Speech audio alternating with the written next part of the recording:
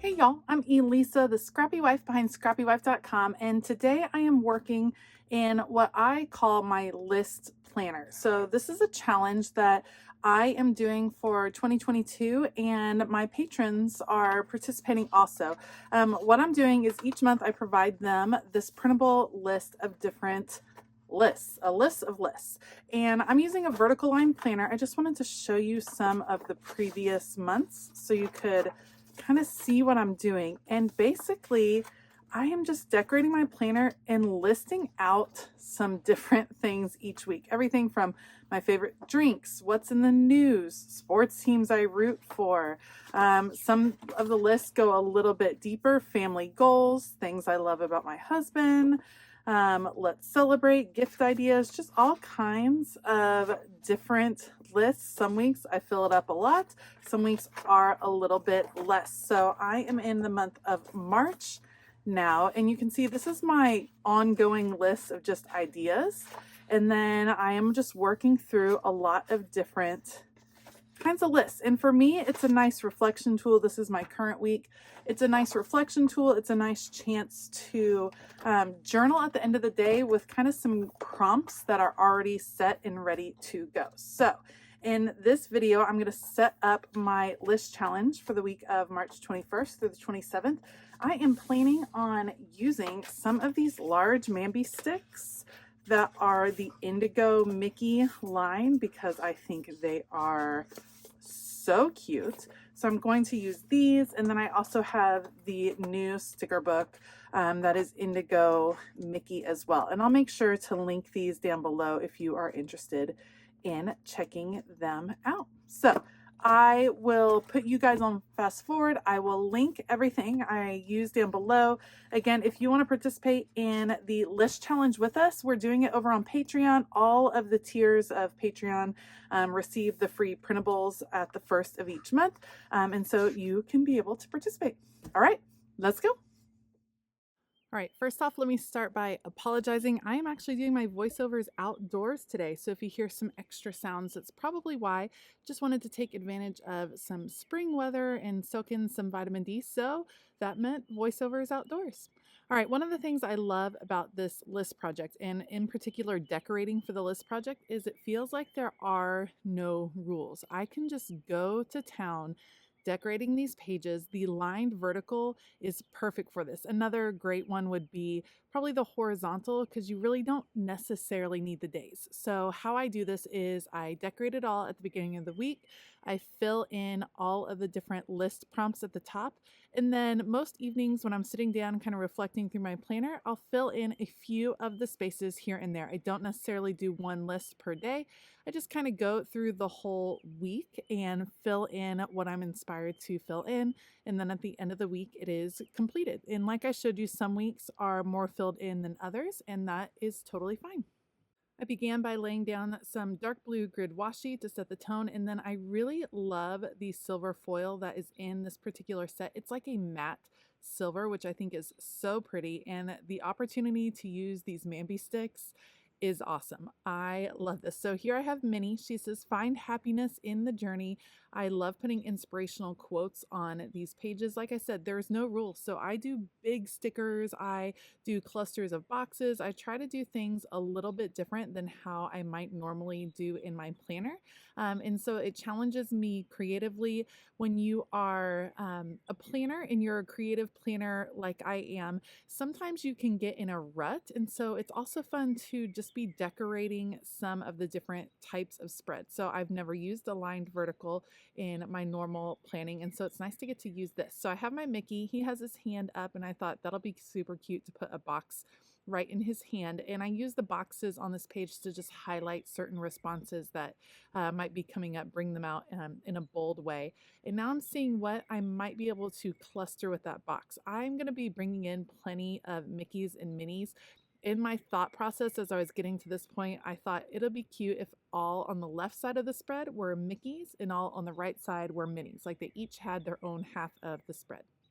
This new line, this new Mickey and Minnie line from the Happy Planner that was part of the spring release, the Indigo Mickey and Minnie and also the Farmhouse Mickey and Minnie, are some of my favorite Disney releases. So I love the princesses and I loved the kind of grown up princesses from last spring. But the color schemes for these two sets I just think are so pretty, so soft. I think the Farmhouse Mickey has a really cool feel to it. I just really like these. So I'm glad I'm able to use them in some different layouts. All right, I have my mini box over there on the right. You can see that I chose a different pose whenever I'm working with characters or like girls, like the squad girls. I always try to make sure I choose different poses when I'm going to repeat the same character on a page. That is a monthly box right there, and I can just cover up the notch with my little mini head with the bow, which is perfect. It kind of balances out what's going on the left side. And I'm trying to see if I could add one more box to the cluster on the left, but I think I'm going to leave it for right now. I will come back to it because I'm going to have to kind of change up the tones over there. All right, looking for some quotes because Minnie has a quote, but Mickey doesn't have a quote. So I'm going to choose this one that says dream big, taking up this whole top row. And again, it's totally fine because I just adjust my lists as needed. I don't need a ton of writing space on these pages, so I don't mind using a lot of big stickers. I do prefer to fill up these sidebars, and so I have that big Mickey over there. I'm trying to see what else I might be able to add. I really like this sticker that says good things are coming, but I think it needs something else over the top of it. I get a little Mickey crazy, so we're gonna get this Mamby stick and put it over there. Yes, it's just all the Mickeys over here, and that's okay because again, this one's just a fun spread to play with. So putting that down, I'm gonna pull out my whiteout just so that there's no line going through Mickey's hand, and then just trim off the edge. Good things are coming. That'll be right there. Now, that's a lot of blue going on right there. This is me trying to decide. I'm going to see if I can find another box that I like as much, but I don't really like any of them as much as I like this one. So because that one ends up being a lot of the dark blue, then I'm going to kind of change up the Mickey head that is on that side that has the little Mickey ears. I'll change that one and I'll bring in some of that khaki color to just even it out. It just ends up feeling a little bit heavy on the sidebar. So to lighten out on the rest of the spread, then I'll just bring in some of that khaki. I've had some people ask me why I decided to do a list project like this. So I think it was several years ago. Listing was like all the rage. I think it was even before decorative planning. And I know the Reset Girl had a big listing kind of club, and it's just a fun way to journal, a different kind of way to journal. And that's something that I really enjoy. I enjoy reflection time. I enjoy journaling and thinking about past memories too as I'm journaling because I'm someone that doesn't have a great memory. And so anytime I can write it out, I feel like it'll be beneficial for me in the present, just recalling things that happened in the day, in that week. And I think it'll be fun to look back on at the end of the year or in future years as well. All right, you can see that I am almost done with the stickers. I'm going to put one more mini just because there's an extra Mickey over there. I feel like there needed to be another mini over here, and that ought to wrap it up. Next is filling in the different lists. So I'm going to use a calligraph pen from Archer and Olive. These are my favorite pens at the moment for hand lettering. There are some lists that I do every week. One of those would be in the news, like news this week. And I always list out some things that are going on just in the world on that particular week. Another list that I do every week is a list of gratitude, just things that jumped out that week that I am very grateful for. And then I also like to do a list of weekly wins, things that went well for me that particular week. I'm someone that can sometimes focus on what didn't go well, what kind of felt negative. And so it's important for me to take some time to really focus on what went well so I can kind of change that mindset. The way I pick my other lists for the week is really just random. I have that huge long list of possibilities. I have the prompts that my patrons and I are working through for the month, and I kind of spread those out through my weeks. I provide them 10 prompts, and of course, I do a prompt for every day of the month. So I have a few extra in my personal journal, and I just kind of change it up. I mix it up between some lighthearted ones and some serious ones just to keep it interesting and fun.